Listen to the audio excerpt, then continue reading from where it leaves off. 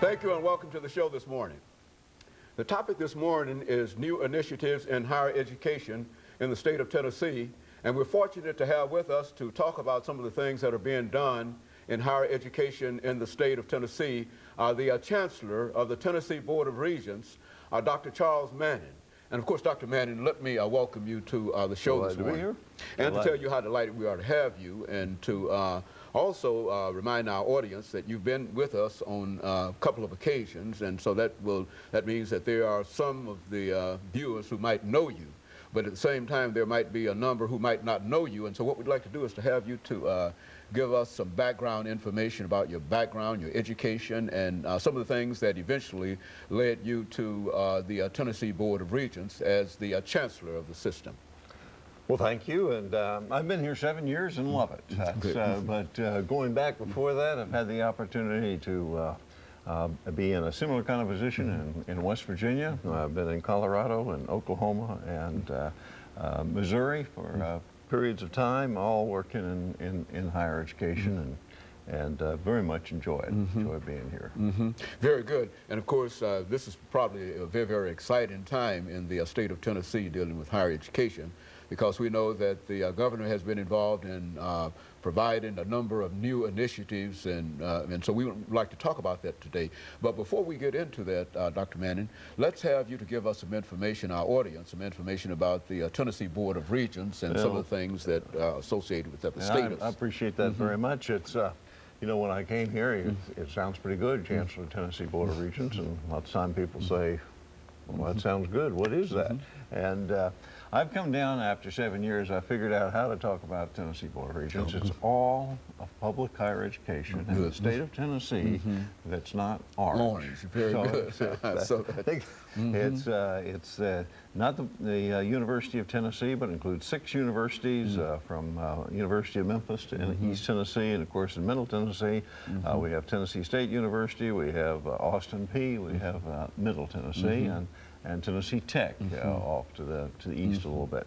Then we have the 13 community colleges, and there are 26 technology centers, and one of those is right over White Bridge Road here in Nashville as well, and they don't offer degrees, they offer training in skills that are very employable, and many of those you can walk out with anywhere from $35,000 to $55,000 salary. So they do just a tremendous job. And so you touch a large number of students involved in higher education with all those institutions, and as well as their families, which is to say that when we talk about the students, we're also talking about their support here and there. So that impacts a whole lot of folks in the state of Tennessee. It's about 190,000 students in total across the whole system. What I think is absolutely imperative in Tennessee, and I'll confess this is my belief, and some people might not buy into it, but I believe that in the future that most Tennesseans are going to need more skills and training than their parents did to live the same economic life that their parents did. And that's because of the increasing competitive world that's around us, and how important knowledge and skills are to navigate in that world, and be able to move from one job to another, to be able to see opportunities and take it, to be able to start your own company and work with that. So I'm very much a proponent of needing to go beyond high school in your education. And you were talking about governor's initiatives. That's certainly an exciting part of what's going on. His focus on education and being able to get more people better prepared, really college ready out of high school. And then one of the interesting things that's happened, we were talking that we've been around the barn a little while. We're both not spring chickens, let me say it that way.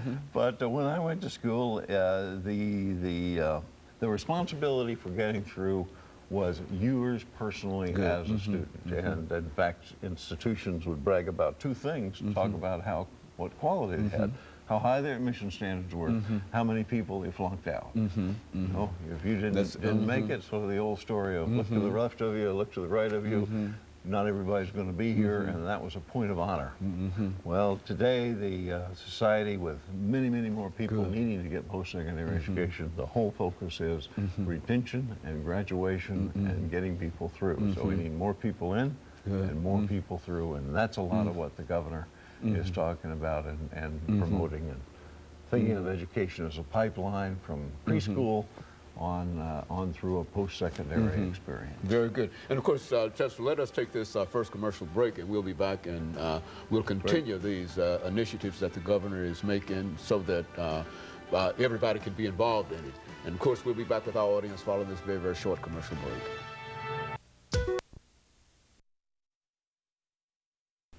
The topic today